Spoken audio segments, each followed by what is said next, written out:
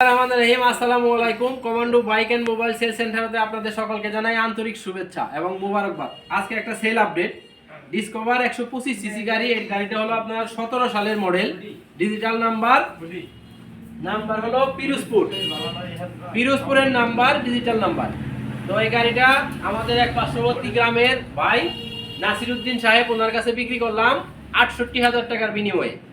৬৮,০০০ টাকা বিনিময়ে আমরা এই ডিসকভার 125 সিসি 2017 সালের মডেল, পিরোজপুরের নাম্বার, ডিজিটাল এই গাড়িটা বিক্রি করলাম। তো ভাই আসছে সৈয়দরপাড়া থেকে, ওনার মুখ থেকে আমরা শুনি। বলেন ভাইয়া,